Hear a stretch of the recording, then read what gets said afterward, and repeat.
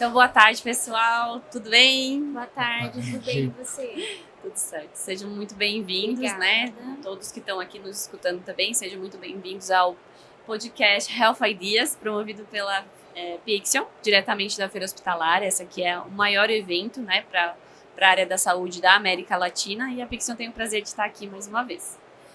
Foi criado esse espaço para a gente trazer pessoas aqui, né, autoridades nas suas áreas, para a gente conversar um pouco sobre os desafios da área da saúde e trocar ideia, né? É para ser um momento descontraído, para a gente falar um pouco aí do nosso dia a dia, cada um com a sua experiência.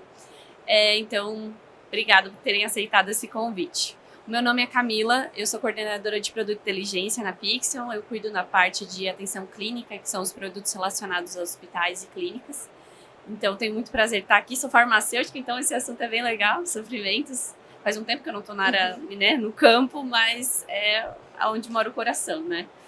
Então, hoje a gente vai falar um pouco sobre gestão de suprimentos, como a tecnologia pode reduzir desperdícios e melhorar os processos de saúde, né? Acompanhando a gente nessa conversa, a gente tem a Luana Andrade, consultora sênior de saúde digital da Fox. Prazer, gente. Obrigada pelo convite.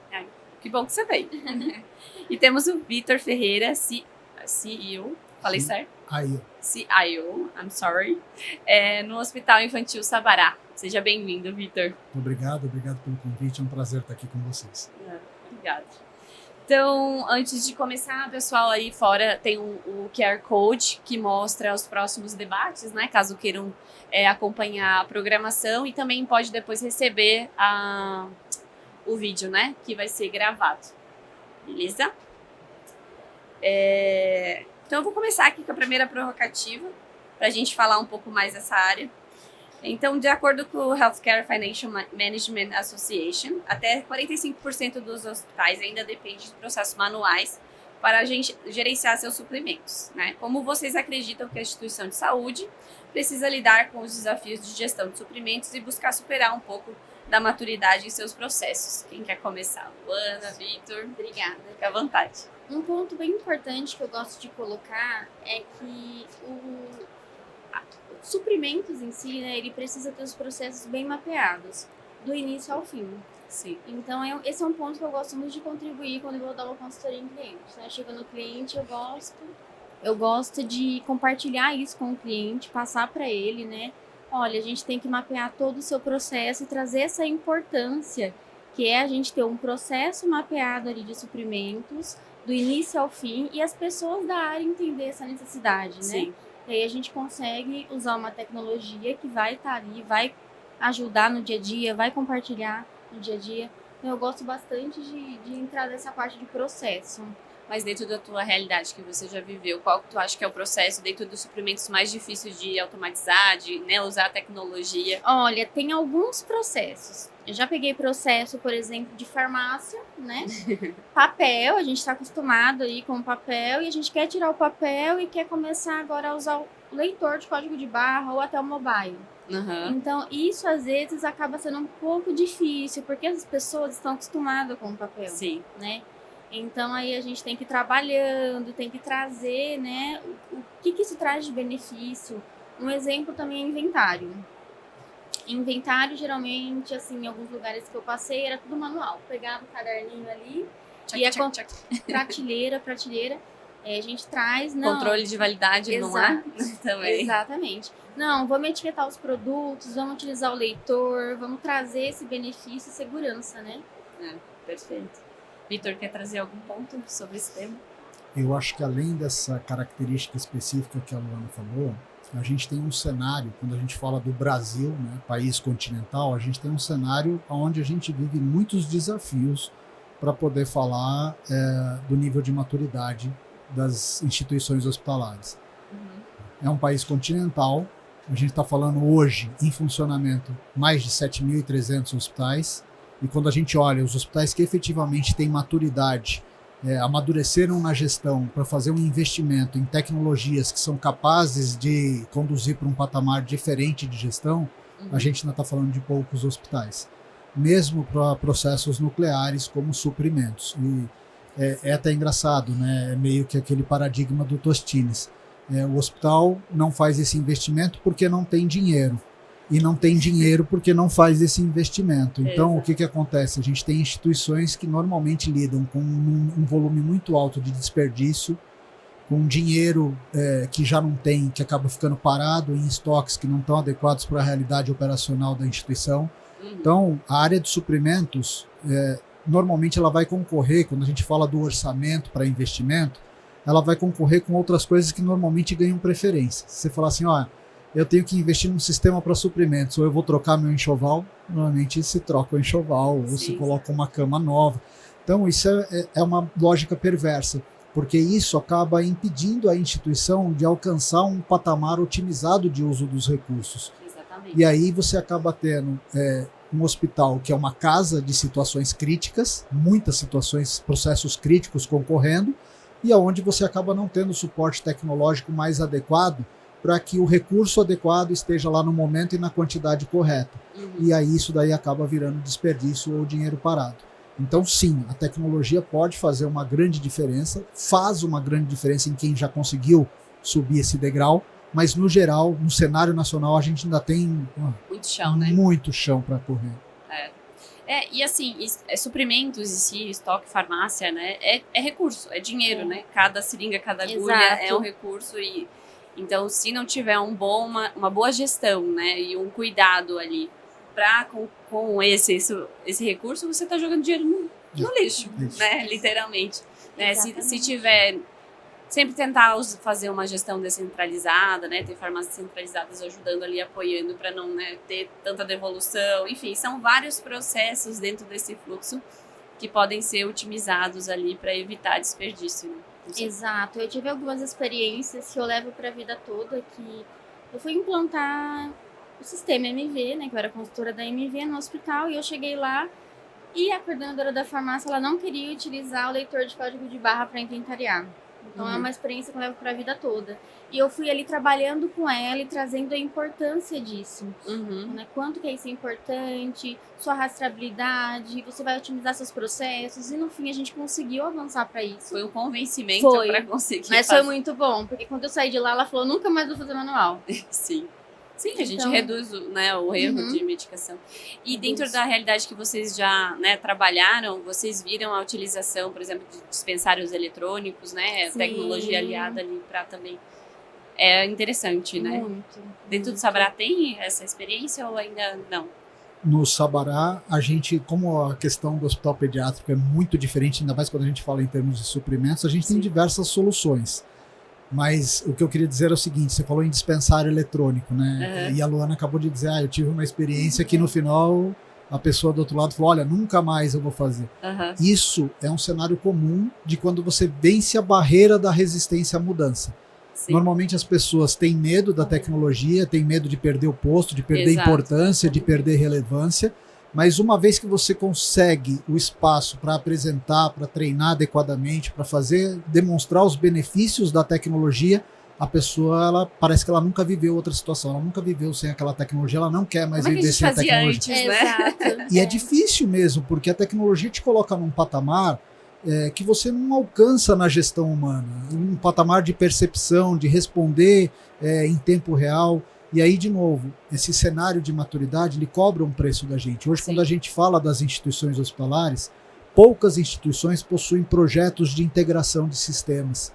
E aí, o que acontece? Você acaba tendo ilhas, e às vezes, no passar de uma ilha para outra, o que você tem é um Excel, ou uma planilha, é um bloquinho de notas, apesar de você ter um sistema.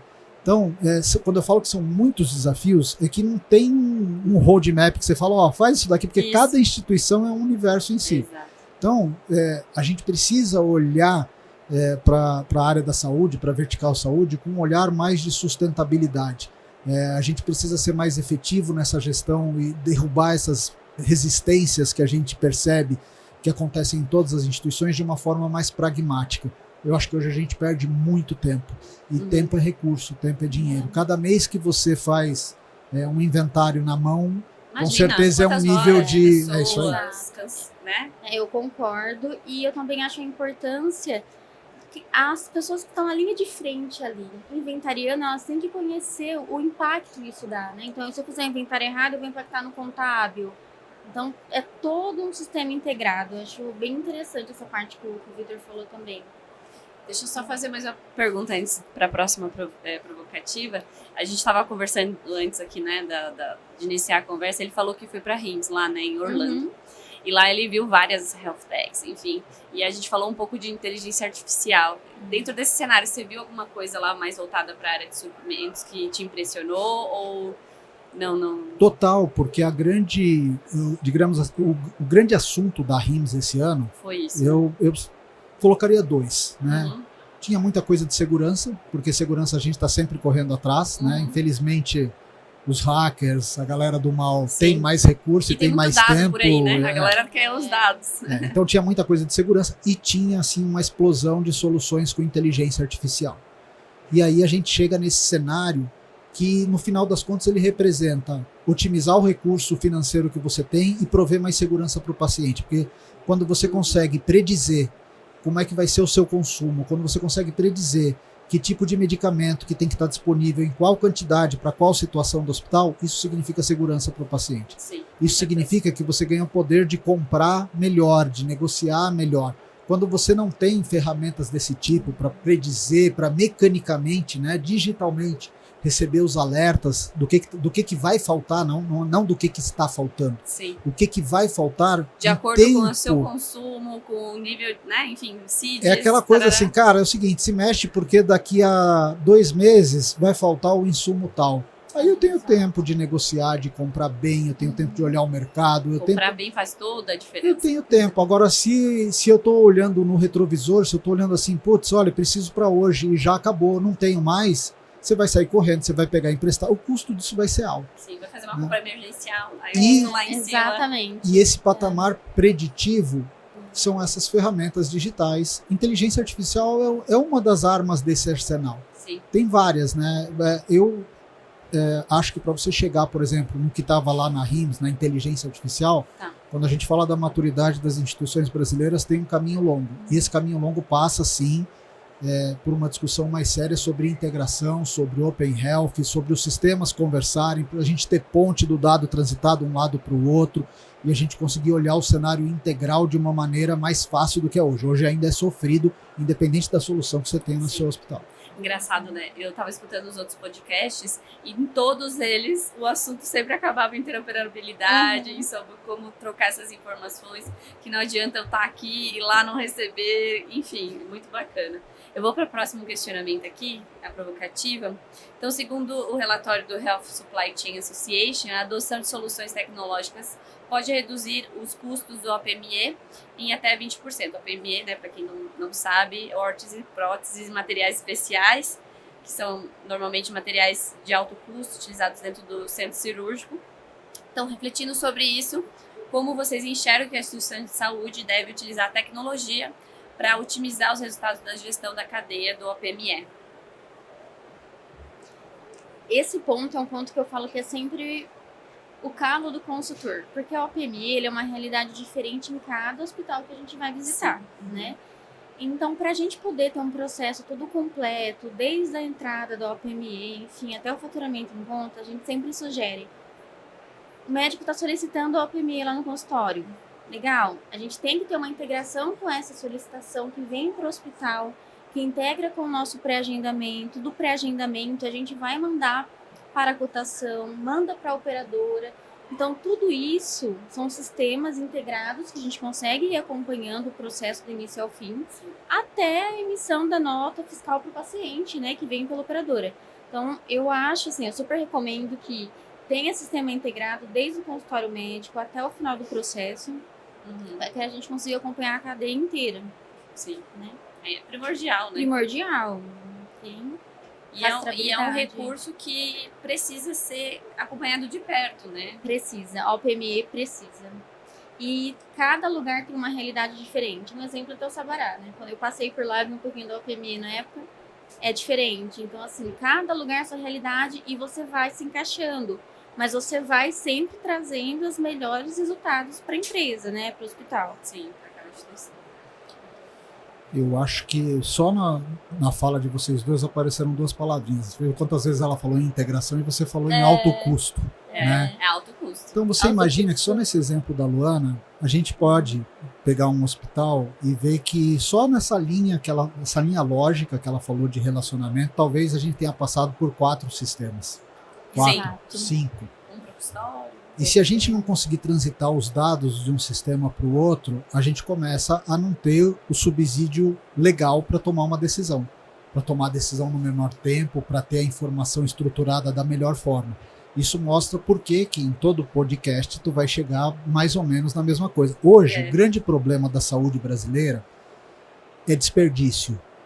A gente fala a saúde é uma vertical fundamental.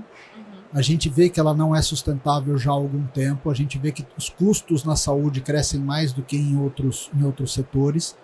E a gente continua patinando em cima das mesmas dificuldades. Aí a gente quer comparar, vamos fazer o Open Health, os bancos fizeram o Open Bank.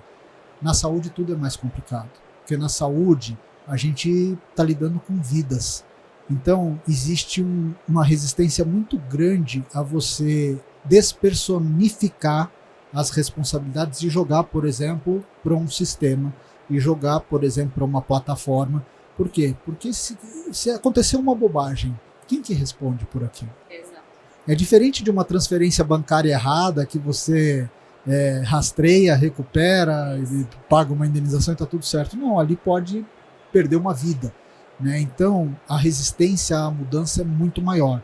E, ao mesmo tempo, é essa resistência à mudança que nos impede de avançar para um cenário melhor, para um cenário mais pragmático, para um cenário onde a gente tenha certeza de que aquele dinheiro que a gente está gastando buscando obter um resultado, ele vai chegar. E a gente não vai precisar, por exemplo, repetir o exame, e a gente não vai precisar, por exemplo, fazer uma glosa. Aliás, a saúde é o único processo produtivo onde já de cara a gente já acorda entre o prestador de serviço e a fonte pagadora, que é assim, eu não vou te pagar por tudo que você fez. Né? Glosa é um troço que quem não é da área da saúde não entende.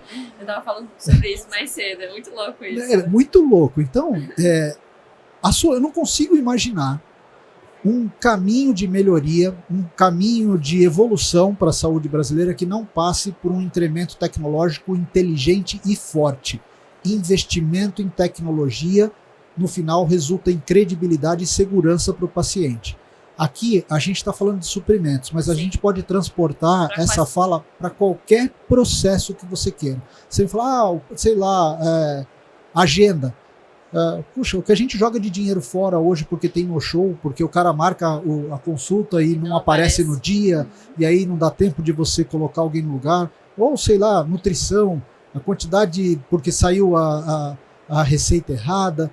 Então, são muitas situações que fazem a gente sempre voltar, acaba sendo chato, né? A gente acaba voltando sempre para o mesmo discurso, do tipo, precisamos de tecnologia, ela precisa estar integrada. Sim. Né? Sem isso, não tem mágica. Não, se for pensar no APME em si, né? Todos os processos que acontecem para que, de fato, esse material chegue no centro cirúrgico, para que daí a cirurgia aconteça, se tiver qualquer atraso. Enfim, é todo um caminho, né, processual. Então, a tecnologia, de fato, ela tem que vir para facilitar, né? Porque se ela não vir para facilitar, o pessoal vai se perder aí no meio do caminho. Então, é importante a gente entender e também convencer, que eu acho que o trabalho que você falou muito, assim, de convencimento das pessoas por conta da maturidade, que daí casa com o que você trouxe, que você precisa investir nisso, que você precisa aceitar que essa é a melhor via, né, a melhor forma de conduzir aquele cenário. Então, bem interessante. Tem mais algum ponto sobre a OPME que vocês gostariam de falar? Eu gostaria de colocar um ponto que eu acho bem importante, que é a parte de cadastro. É básico, né? É o básico. E o cadastro, ele vai Bem impactar feito. no processo todo, desde a solicitação do médico lá no consultório, né? Porque a gente vai ter todas as integrações, até a cobrança em conta. Sim. É uma parte que eu tô atuando bastante agora e é um desafio, né? Então, o cadastro bem feito, a gente consegue atender a demanda inteira, o processo todo. Sim. Até a cobrança em conta. Até para a realização da autorização, Exato. né? Enfim, todo Integração com as plataformas, enfim. Troca de informação com o operador. Eu vou Aí volta na interoperabilidade. Eu vou até um pouco mais longe, né? Tu tá materializando aqui o exemplo do cadastro, mas a gente tem um grande problema nas instituições em governança de dados. Exato. Normalmente, a gente utiliza uma fração do que os dados poderiam nos oferecer. A gente tem um caminhão de dados, a gente coleta um monte de dados e usa pouco. Você falou de um que é dramático. Cadastro é dramático. É brabo. Porque a hora que você vai ver, vamos ver quantos indivíduos, aí você vai ver o CPF, tá lá, um. E cada vez que você derruba uma artimanha dessa, surgem outras 3, é impressionante, se multiplica. Em toda a experiência profissional que eu tive, o cadastro foi uma dor. Mas porque as instituições, voltando na maturidade, as instituições não têm essa visão da governança de dados. Então, se você não sabe para que serve aquele dado que você está coletando, você vai tratar mal aquele dado. Né? E aí, quando você precisar utilizar, tá tudo bagunçado. E aí é aquele lá, né, garbage in, garbage out. Se você colocar uma informação sem integridade, na hora que você precisar, você também não vai conseguir fazer grandes coisas. Né? Exatamente, é uma dor muito constante, né? Em todos os hospitais que eu passo como consultora, eu pego essa dor. Então a gente vai trabalhando, a gente vai passando, conscientizando e a gente sempre orienta. Tem que ter uma central de cadastro aqui, gente, porque assim, as pessoas têm que estar integradas com o que ela vai cadastrar. Sim. Né? Eu vou cadastrar um OPME, mas eu entendo o impacto que ele dá na operadora, em todo o fluxo, como o médico vai visualizar isso. Mas realmente, o médico vai saber achar, exato, né? Para prescrever certo, para cair certo lá. Só não pode largar a central de cadastro para TI, né? Quem sabe? Pô, mas a TI não faz muita coisa, tô brincando. É porque isso acontece. Vai ficando. Mas quando você é usuária, né? Eu saí do papel de usuária, né? E fui para a área da TI. A gente não tem a dimensão de tudo que a TI faz, né? Muito louco isso. Eu também trabalhei na TI um tempo. Eu trabalhei um tempo na farmácia e depois fui para TI. E eu sei muito bem o que ele tá falando, porque o médico não conseguiu prescrever um exame. Liga na TI, socorro, coloca o exame aí que tem que prescrever pro paciente. Sim. Aí quem que coloca? A TI. Tu sabe que a minha história, eu só virei CIO de tanto que eu reclamava da TI. Né? Eu não sou um profissional raiz, eu sou um bicho estranho na TI. Então eu era head de operações, de contas hospitalares. E reclamava demais da TI, até o dia que eu reclamei tanto que falaram, cara, a partir de hoje a TI é toma que filho é teu. E realmente não é fácil. Não é fácil, porque tu tem que saber de todos os processos, né? Para de fato integrá-los, para de fato fazer com que as informações transitem da melhor forma. E a gente estava conversando antes, ele trouxe essa questão e falou, mas como que não dá para fazer, né? Tudo é possível, de fato tudo é possível, mas qual é o esforço para eu fazer isso acontecer? Tem gente que não está disposta, tem gente que está disposta. Não, e o profissional de TI, se você prestar bem atenção, o profissional de TI, ele é tão massacrado por todas as situações que ele naturalmente ele vai se escondendo, ele vai se encolhendo. Você tenta falar com ele. Ele falou que botava o pessoal dentro da caixa para imprimir os negócios do armário. Você tenta falar com o profissional de TI, o que ele responde para ti? Abre um chamado. É porque ele não quer conversar contigo, porque ele sabe que tu vai pedir 35 coisas. Né? E sempre com aquela sensação de que eu tô pedindo para ti é muito fácil, você não vai fazer porque tá com má vontade. Então chega uma hora que ele fala, abre um chamado que eu vou analisar. Ele vai se escondendo atrás do monitor, né? E eu só fui perceber isso quando eu fiz essa migração, porque chegou um momento que eu estava fazendo isso. Eu não ia mais almoçar no refeitório, porque se eu chegasse no refeitório já tinha 3 que me pegavam lá e não conseguia nem almoçar. Então é bravo. Voltando aqui para o tema, segundo dados do relatório da Global Healthcare Exchange, vocês capricharam. Só botaram palavras bonitas aqui para eu falar para vocês. A implantação de sistemas de gestão em tempo real podem reduzir os custos operacionais em até 30%, né? Considerando isso, quais os resultados práticos vocês percebem que as instituições de saúde podem obter em termos de melhorias financeiras com a implementação de tecnologias em seus processos? Falando aí em tempo real, né? Tecnologia de tempo real para otimizar os custos de suprimentos, no caso. Mas eu acho que a gente pode aplicar para qualquer área, né? Exatamente. Eu gosto de falar bastante sobre painéis. Eu sou muito visual. Sim. Então eu gosto de oferecer para o cliente painéis em tempos reais, BI. Um exemplo é estoque, né? Chegou no estoque mínimo, dá um alerta, ó, já tem que ficar em alerta. Ponto de pedido. Também. Teve algum medicamento que teve um consumo muito alto e não era consumido. Então, isso é importante estar na visibilidade de um coordenador, de um farmacêutico, porque ele pode até apoiar nas decisões do compras. Sim. Então, eu sempre indico e falo que painel é primordial. É primordial, exatamente. E isso que a Luana está falando, tem um nível de alerta que se você não tiver com o sistema bem ajustado, integrado, fechando todas as pontas, esse alerta não chega. Ou o cara vai ignorar, né? Ou ele vai ser ignorado. E aí é muito difícil de você acertar a mão, porque se você colocar alerta para tudo, naturalmente as pessoas vão deixar de prestar atenção. Então, qual que é o alerta que eu tenho que efetivamente dar? Então, a gente volta para aquela discussão conceitual de governança de dados, né? De entender profundamente cada situação que está ali no meu processo de trabalho, para poder dar o alerta mais efetivo, para que eu não tenha situações crônicas, para que eu não tenha situações graves.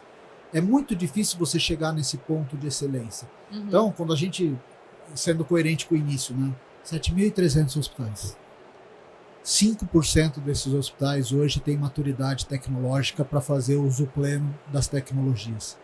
O que a gente vai fazer, nós, brasileiros, para que a saúde deixe de ser um ralo de desperdício? E, de novo, ela só vai deixar de ser um ralo de desperdício com utilização sistemática dessas ferramentas digitais, com integração entre os sistemas e com educação permanente. Muitas vezes a gente quer agora a inteligência artificial. É o seguinte, não tem milagre. Não vai ter uma tecnologia que você vai botar lá no dia, ela vai te dar um relatório resolver, né? Com todos os gaps. Não, você vai ter que trabalhar, conhecer os seus dados, a sua realidade, o seu processo. Então tem uma coisa que é o trabalho de formiguinha e que em algum momento dessa nossa linha de sofrimento financeiro das instituições de saúde, nós vamos ter que tomar a decisão sim, de não comprar um enxoval e de colocar um sistema. Isso é uma virada de chave, é um ponto de inflexão, onde a gente vai chegar no ponto, essas instituições que hoje não têm essa maturidade, vão chegar no ponto de tomar a decisão, olha, esse mês agora eu não vou comprar o enxoval, porque se eu não colocar esse sistema eu não vou resolver, eu estou trabalhando o sintoma, eu não estou trabalhando a causa. Né? Então, quando a gente fala dessas implantações, quando a gente fala desses acordos internos e externos no trato da informação, a gente está falando de realmente resolver a causa dos problemas. Enquanto a gente não atacar isso, não há dinheiro que chegue para resolver os problemas que a gente tem na saúde. Realmente. E quando as pessoas falam de inteligência artificial, o conceito é muito legal, né, de fato, né? E tem muito também a questão de, vai substituir pessoas, tarará, que a gente já conversou aqui, né? Mas uma inteligência artificial sem uma pessoa que opere ela de uma forma correta, ela vai ser burra, porque ela não vai entender. A gente comprou uma Alexa lá em casa, né? Aí, às vezes, quando a gente fala com ela, a gente fica bravo, porque ela não entende o que a gente quer falar. Porque ela não tem a capacidade ainda. Exato. Pode ser que chegue lá, né? Mas no momento ainda não tem a capacidade para entender o mundo como a gente entende. As nuances, o feeling, né? E tem muito isso. Exatamente. Você queria falar? Eu ia colocar um pouquinho sobre o que o nosso amigo Vitor falou. Pra gente ter os alertas que a gente realmente precisa ver, eu tenho que fazer o meu processo correto. Sim. Então, a farmácia está dispensando o item correto? Ela está dispensando toda vez que ela vai entregar esse item, né? Então, eu estou entrando na nota correta, eu estou fazendo o meu processo correto. Se eu não fizer correto, não vai adiantar. Os dados não vai suprir minha necessidade. Então, a gente sempre orienta também isso. Eu tenho que ter o meu processo correto, mapeado, para mim conseguir ter as integrações de dados.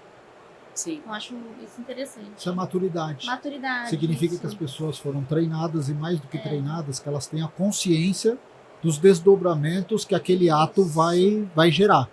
Se eu colocar um dado incorreto, lá na frente isso vai cobrar o seu preço. Né? Então, tecnologia é uma grande ferramenta. Você falou de inteligência artificial. Eu sou fã. Eu adoro. Eu mexo o dia inteiro, eu brinco, eu fico procurando aplicação. Acho fantástico e acho que é um superpoder. Mas, de novo, bem, né? É um superpoder para alguém utilizar. Não é uma coisa autônoma. Eu não vejo sentido. Eu gosto de coisas autônomas. Puxa, eu adoraria ter um carro autônomo que eu não precisasse prestar atenção no trânsito. Eu ia morrer de medo. Não, eu ia adorar. Nossa, ou eu ia dormindo no caminho, ou eu ia lendo alguma coisa e aproveitar melhor o meu tempo. Só que para que isso aconteça, tem uma série de fatores no entorno que tem que acontecer. Então, por exemplo, inteligência artificial é uma grande ferramenta, vai ser fundamental para a gente poder alcançar patamares de produtividade que a gente nunca teve para tirar a saúde do vermelho, mas não é mágico. Sim. Ela vai precisar de um ambiente de educação, de treinamento. A gente tem que quebrar as resistências às mudanças, tem que tirar a insegurança das pessoas. Hoje, quando você fala em inteligência artificial, eu fico doido quando eu vejo isso. É muito difícil você ter uma discussão sobre inteligência artificial e não surgir aquela coisa, mas vai roubar o emprego de todo mundo. Sempre, cara, gente. É a primeira coisa. Quem vai perder o emprego é quem não sabe se aproximar e quem não conseguir entender. Ó, então, o ChatGPT é maravilhoso. isso aí. Nossa, todo dia, né? Isso aí. Auxilia demais, né? Facilita muito, né? Enfim, é muito legal. Eu gosto bastante dessa interação. Pensando em maturidade, teve um cliente que eu fui visitar já faz muito tempo, acho que faz uns 10 anos.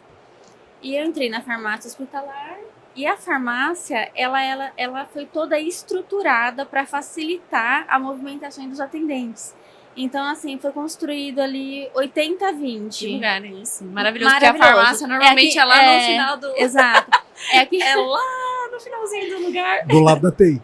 Isso, do lado ou do lado do mortuário. Do morgue. Infelizmente. E era maravilhoso, porque quando eu entrei naquela farmácia, eu falei, gente, isso daqui é espetacular. Então, vi 80% das medicações e materiais que mais saíam, elas estavam onde? Na visão do atendente. Então, ela ficava aqui. Para o processo dele, é muito mais rápido e seguro. E 20% ficava nas prateleiras.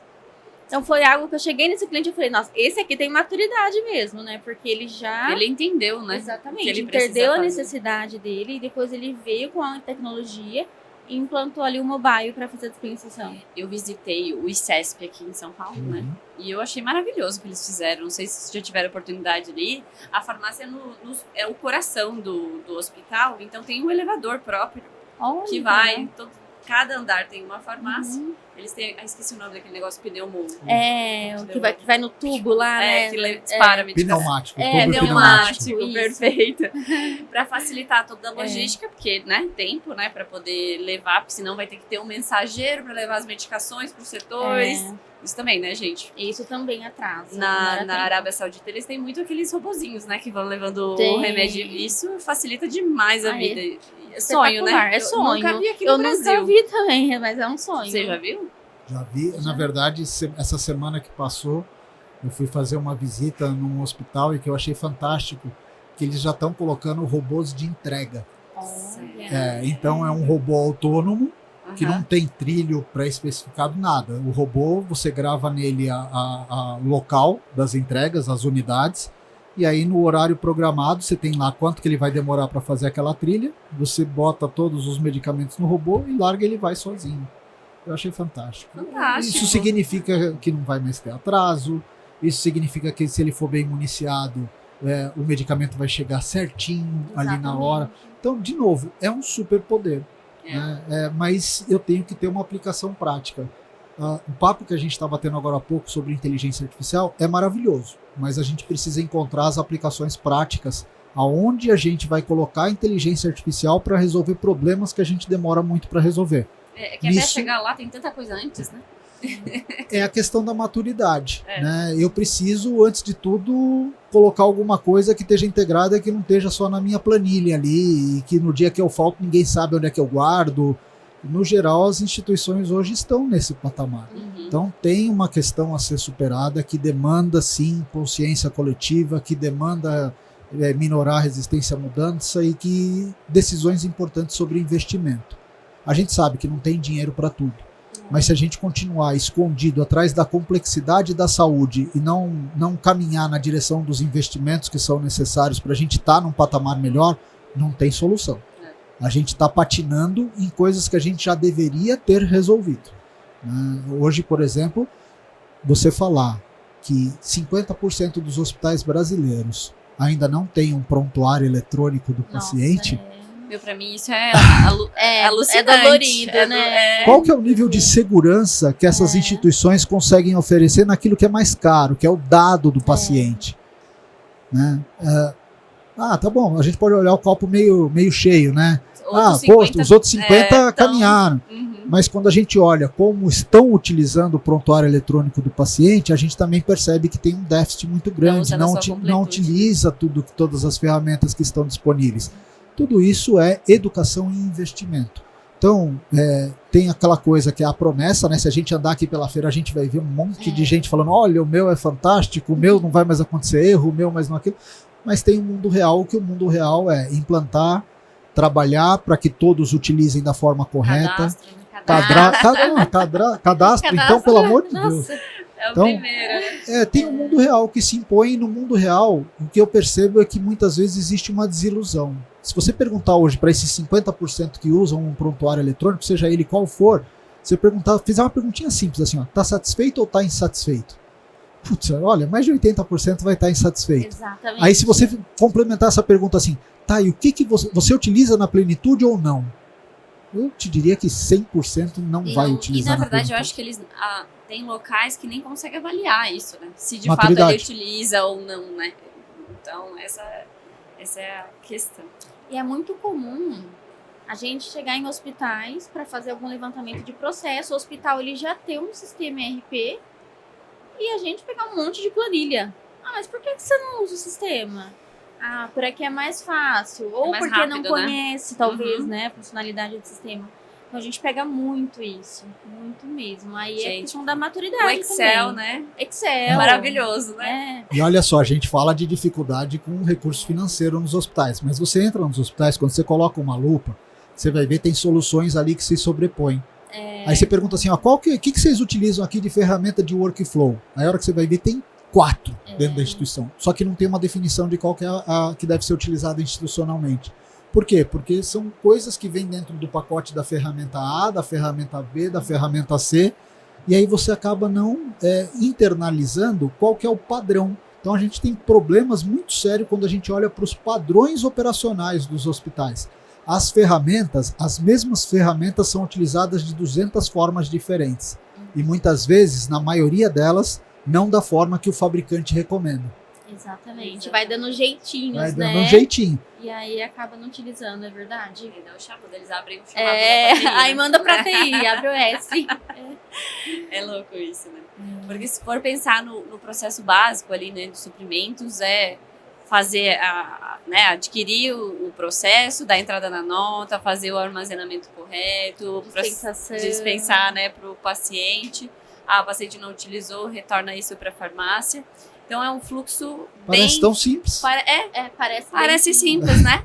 Mas daí tem a prescrição que não está feita correta. Exatamente. E aí não tem, enfim, e são tantos desafios, né? A validação farmacêutica que precisa ser feita dessas prescrições. E tem um desafio que eu coloco bastante, é o corpo clínico do hospital. Então, assim, tem que estar polêmico, hein? Assunto polêmico. Eu acabei de assumir o posto no Hospital Novo. Eu acho o corpo clínico maravilhoso. Mas o corpo clínico ele tem que estar apoiando a gente. Precisa estar engajado. Ele tem que estar engajado, senão a gente não consegue evoluir.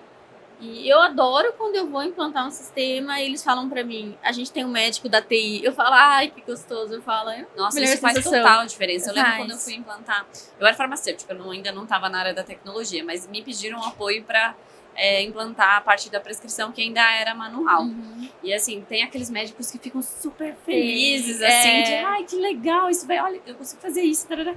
E tem aqueles assim, não, amiga, não vai rolar, tá tudo certo. Eu tive uma experiência em que, não vou dar nada, tá tudo certo. Mas que quando a gente ia fazer a virada pro PEP, pro prontuário eletrônico, sempre tinha, no dia seguinte a gente encontrava uns bloquinhos de prescrição nas unidades. Quem era que botava isso? Não, tinha um médico que era tão resistente à mudança que ele mandou fazer bloquinhos e ele levava os bloquinhos porque ele não queria fazer no sistema. Meu Deus. Então, ele não era da instituição, ele que levava e fazia. O inverso acontece também, quando o médico resolve ser o cara que vai detonar e que não vai abraçar aquele processo, é muito difícil de você conseguir evoluir. Então, tem uma questão aí de educação, de engajamento, de convencimento muito forte. Muitas vezes a gente menospreza isso. A gente vai lá e como se a ferramenta fosse funcionar goela abaixo. Cara, não funciona. Não funciona. E eu acho que tem uma questão também na parte de suprimentos que é um desafio, pelo menos foi para mim na época que eu estava ali, né, no field, vamos dizer assim. Essa gestão de todos os insumos que são utilizados dentro da instituição acabam ficando ali com o farmacêutico. Insumos de nutrição, insumos de papelaria, insumos de materiais mesmo, insumos de medicamento. Então, é uma gama imensa de produtos que às vezes o farmacêutico nem teria a responsabilidade, né? Teoricamente, ele tem que estar ali para coordenar os medicamentos. Então, é um desafio, mas ao mesmo tempo ele tem esse conhecimento e essa habilidade, né, para poder fazer a gestão eficiente desses materiais, né? Que é parte do ecossistema do hospital, né? Dentro da realidade que vocês viveram, assim, qual que vocês acham que é o maior desafio para a pessoa que está ali operando o fluxo da farmácia dos suprimentos? Nem pensando em tecnologia, pensando na vida real. Pessoas? Pessoas sempre são difíceis, mas quando a gente olha isso na ótica hospitalar, isso ganha um contorno dramático. Por quê? Porque o hospital, a gente fala do hospital como sendo uma instituição, mas lá dentro, quando você bota a lupa e enxerga as paredes do hospital, tem 5, 6 instituições funcionando lá dentro. Sim.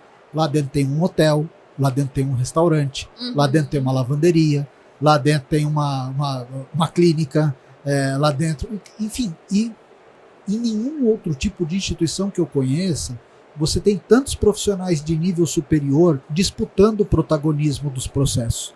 Muito verdade. Isso traz aquela coisa assim, olha, vai ser impossível agradar todo mundo.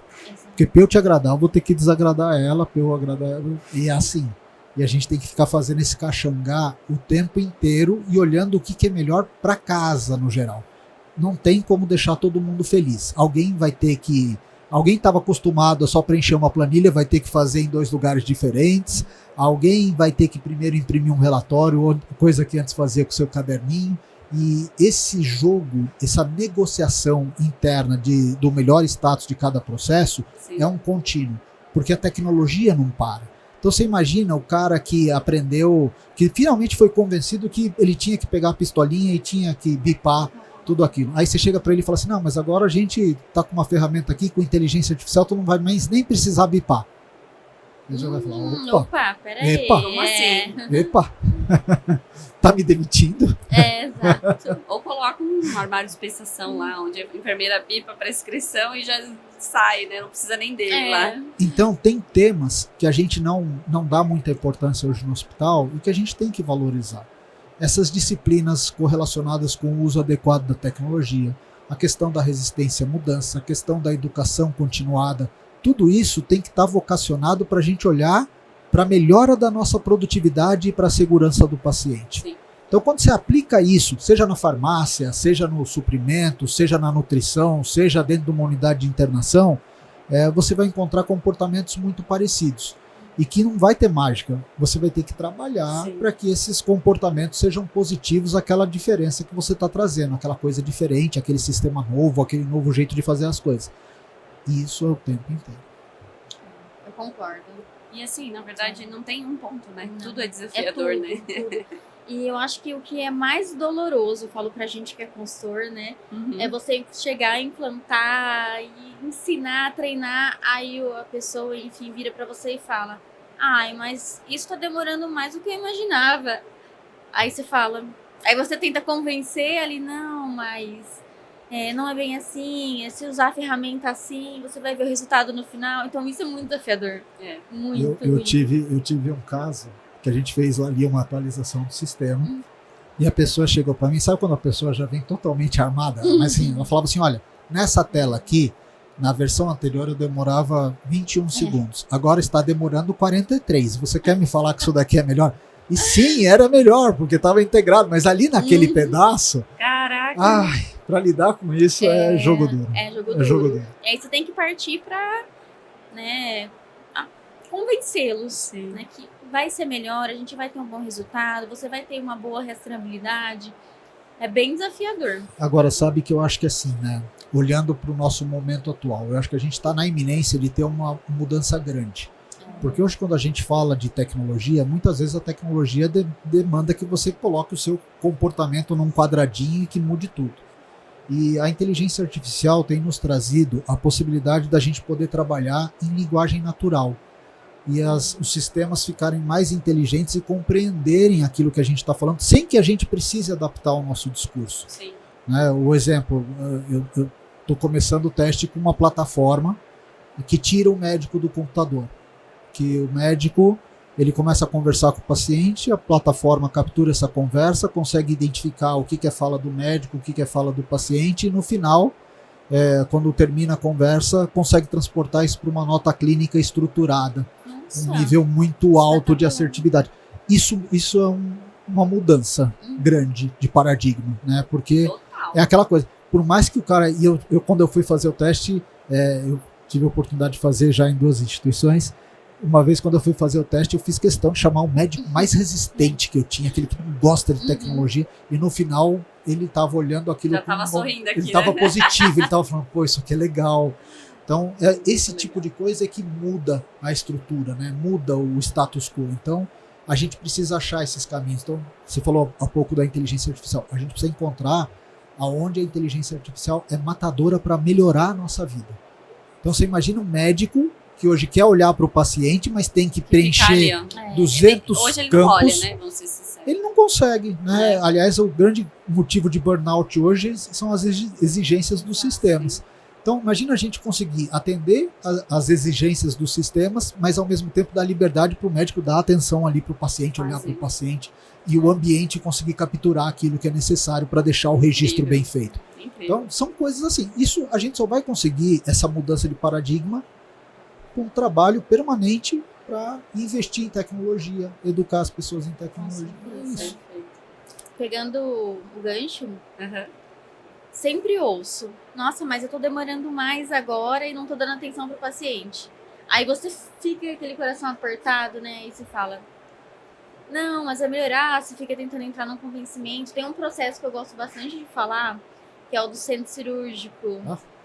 Né? O centro cirúrgico é um ralo, né? A gente tem que tentar ali fechar ele de todas as formas, porque é muito difícil você controlar centro cirúrgico. Tem médico que quer que abre tudo, tá lá na sala, abre tudo. Exatamente. Depois, deixa pronto ali. E aquele trabalho com os médicos, anestesistas, gente, vamos tentar diminuir a caixa cirúrgica? Não. Vamos enxugar esses Vamos materiais? enxugar os materiais? É muito difícil, né? Eu vejo como um desafio ainda. Pra mim, centro cirúrgico é um desafio. E aí a gente tenta sempre assim, não, mas vamos tentar então fazer a baixa dentro do centro cirúrgico, o lançamento do gasto de sala. Vamos passar para a farmácia. Então a gente sempre fica tentando meios para tentar ali fazer um processo ficar redondinho, ficar certinho. É um desafio. É um desafio. Então tá, gente, acho que a gente chegou ao fim da nossa conversa. Foi muito bom, espero que vocês tenham gostado. Foi um prazer tê-los aqui então no Health Ideas, promovido pela Pixel, aqui na Hospitalar. Pessoal que está escutando, obrigada por terem ficado aqui até o fim. Posso dar um recado? Claro, quero que vocês eu queria aproveitar que eu sou vizinho de vocês aqui na feira, com o stand da ABCIS, que é a Associação Brasileira de CIOs da Saúde, mas a gente não quer falar só com CIO. Todo o executivo da área hospitalar, da área da saúde, que toma decisão com tecnologias, é muito bem-vindo para estar junto conosco. Então, da forma que eu falo mesmo, abcis, né, .org.br.